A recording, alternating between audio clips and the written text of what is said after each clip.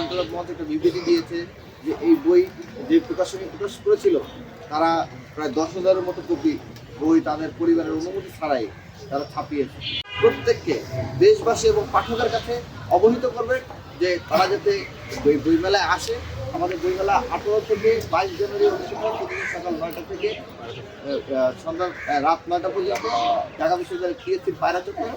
তো এই বইমেলাতে আমরা চেষ্টা করব যে আমরা প্রকাশনগুলোর সাথে ইতিমধ্যে আমাদের আলাপ চলছে এবং সেটাকে আরও কীভাবে নিমেজ করে নির্দিষ্ট ছাড়ে নিয়ে আসা যায় এবং তারা যাতে সুলভ মূল্যে বইমেলার মতো একটা অল্প মূল্যে সীমিত মূল্যে যাতে তারা বইগুলো ক্রয় করতে পারে সেরকম সুযোগটা আরও কীভাবে বৃদ্ধি করা যায় এবং এখানে আরও কী কী স্টেটমেন্ট তৈরি করা যায় সেই বিষয়গুলো আমরা চিন্তা করছি। আশা করি একটি নান্দনিক এবং খুবই আকর্ষণীয় একটি বইমেলা আমরা এই জাতিকে উপহার দিতে সক্ষম হব। শহীদ শরীফ ওসমান আলীর স্মৃতির প্রতি তার আদর্শকে জাগিয়ে রাখার জন্য আমাদের যে লড়াই, সেই লড়াইয়ে আমরা একটি ভালো ধরনের একটি শক্তিশালী ভূমিকা এই বইমেলার মধ্যে রাখবো।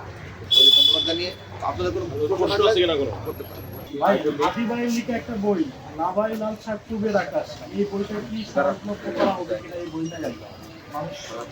দেখুন এই বইটা যেই মানে আমাদের ইনকিলাব কালচারাল সেন্টার থেকে প্রকাশিত হয়েছে, তো প্রকাশিত হয়নি, এটি আর একটা প্রকাশন থেকে প্রকাশিত হয়েছিল। ইতিমধ্যেই সেটি নিয়ে কিছু প্রশ্ন তৈরি হয়েছে। আপনারা দেখেছেন ইনকিলাব মঞ্চ একটা বিবৃতি দিয়েছে যে এই বই যে প্রকাশ করেছিল তারা প্রায় 10,000-এর মতো কপি বই তাদের পরিবারের অনুমতি ছাড়াই তারা ছাপিয়েছে। তো এটি নিয়ে একটা সংকট চলছে।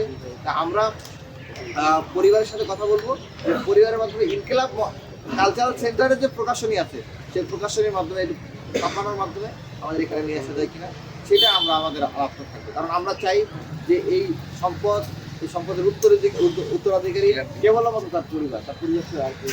সুতরাং যারা পরিবারের সাথে আলাপ করেনি সেই থেকে আমাদের আসলে চিন্তা করতে হবে। কারণ তাদের পরিবারের সাথে আলাপ করে ইনকিলাব কালচারাল সেন্টারের সাথে আলাপ করে এটাকে কীভাবে সুন্দর হইতে এবং নিয়মতান্ত্রিক পন্থায় শিক্ষার্থীদের মাঝে নিয়ে আসা যায় সেই প্রচেষ্টাটা আমাদের।